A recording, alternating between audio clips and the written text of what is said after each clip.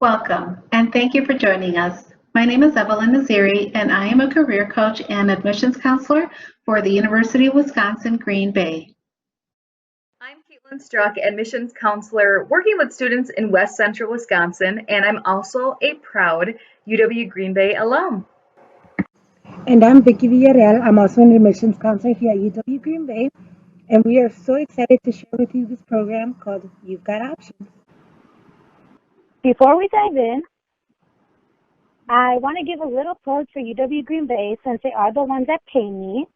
The new UW Green Bay is a 4-campus university with locations in Marinette, Green Bay, Manitowoc, and Sheboygan.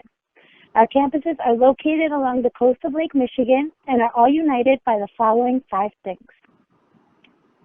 We are access institutions, making college more accessible to our students. We are small. This provides many opportunities to get invested in your education and create those personal relationships with the faculty teaching your courses. We are full of opportunities inside and outside the classroom, such as research opportunities and internships. We are surrounded by natural beauty. Take a walk on any of our campuses and you will no doubt find the beautiful nature surrounding them.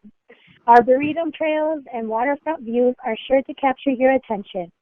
And you can't forget all the great wildlife we often find wandering on campus. Finally, and most importantly, we are affordable. We are one of the least expensive of the UW schools, offering students a great value in higher education. We hope that you will consider joining our students. The QR code is a link to our contact form if you'd like more information about UW-TV sent to you. Great. Now that we've convinced you that UW Green Bay is your dream school, we want to talk about all the options that you have after graduating from high school. Your first option after graduating is to do nothing at all. Hang out on your couch watching Grey's Anatomy again. I know a few people who have done this, and it's a good option if you do not know what you'd like to do right after high school, but this should not be your lifelong option. Another option is to join the workforce. It can be pretty tough for a few reasons, but one of the biggest ones is usually you do not have the skills or experience to put you ahead other applicants for your job. This means that you'll start at the bottom and do parts of the job that are not the greatest. Many of those who go right into the workforce find themselves entering college in a few years. They often need to earn a degree or certification for a supervisory or managerial position. A third option after graduating from high school is to join the military. Students who decide to enter the military will work on building a career, bettering their skills, and are able to take advantage of the educational benefits that come with joining the military. And finally, your option is to enter higher education. We will be spending most of our time today on this option since we are admission counselors. First, let's do a brief overview of what higher education is. The big block at the top is a bachelor's degree, which totals 120 credits. These 120 credits include general education classes, such as areas in the fine arts, the sciences, humanities, and liberal arts. It also includes graduation requirements, for example, classes in diversity or theology. Pre-major classes are introductory courses to your major, and they provide the foundation for the rest of your education. The other big portion of that 120 credits come from your major minor courses. This is the bulk towards the end of your bachelor's degree, where you're really getting to focus on what your degree will be in. Next, we have associate's degrees. Associate's degrees are 60 credit programs that cover general education, such as areas of emphasis including more flexibility for future prospects. You can choose emphases in areas as in biology, music, business, or accounting. Finally, at the bottom of this chart, you'll see technical diplomas and certificates. These are very specific and targeted education programs, and they have a varying number of credits and will include very few, if any, general education requirements. Some examples of these types of programs are welding, paramedic, and automotive technician. Now that we have the building blocks down, let's talk about the different types of schools. The first difference we're going to talk about is profit and nonprofit schools. For-profit schools focus mainly on making money, and this means that they're typically more expensive and can raise tuition at a moment's notice.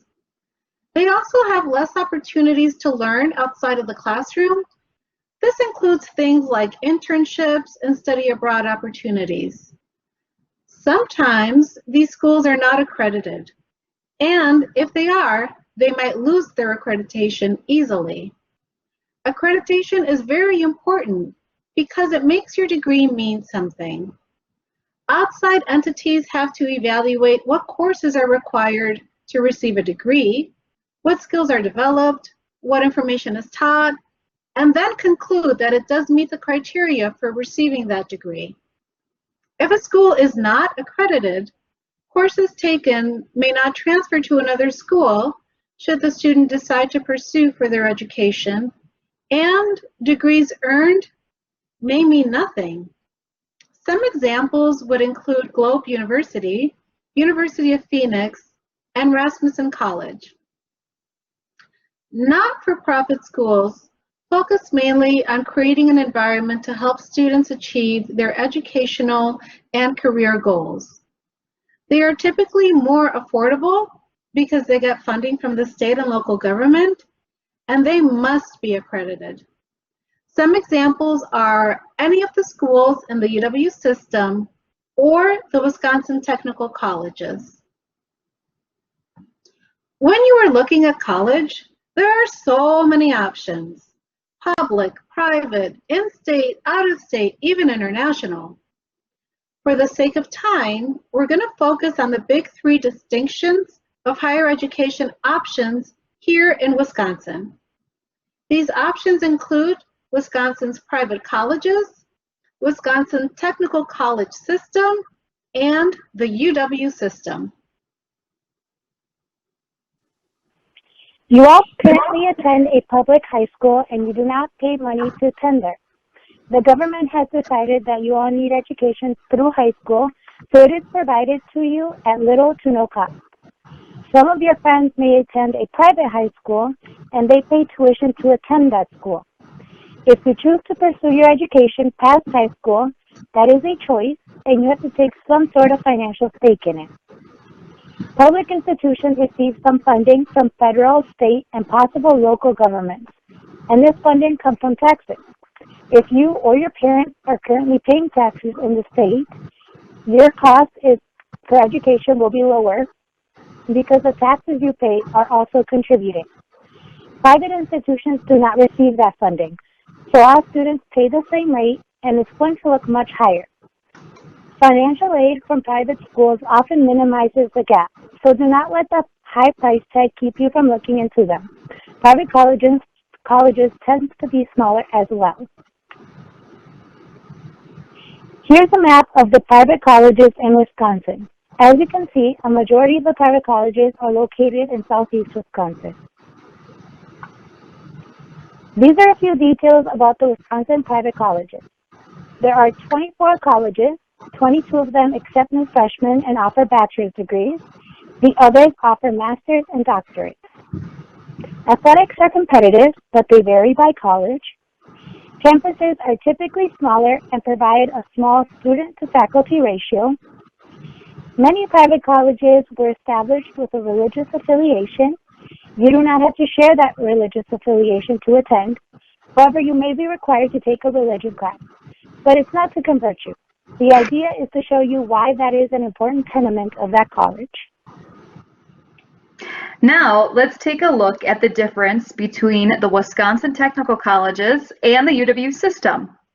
Wisconsin technical colleges are career-focused with technical preparation for a specific career. Think dental hygiene, automotive technician. As you can tell, very focused programs. The UW system offers a liberal arts focused degree to help students develop more abstract skills like problem solving, critical thinking, analytical reading that can all be applied to a variety of careers after graduation. Here is a map of the Wisconsin technical colleges that are located throughout the state of Wisconsin. Within the Wisconsin Technical College system, there are 16 colleges that offer associate degrees, technical diplomas, and certificates. Many programs can be completed in 9 months to 2 years with hands-on training by professionals in the field. Programs, housing options, and athletics vary per campus. Many programs are based on the in-demand careers in the communities that those campuses are located. Skills and workforce needs in the Indian Head Technical College region may vary differently than those needed in the Lakeshore Technical College region. Programs may have wait lists. Make sure to find out the wait length and requirements for programs that you are interested in.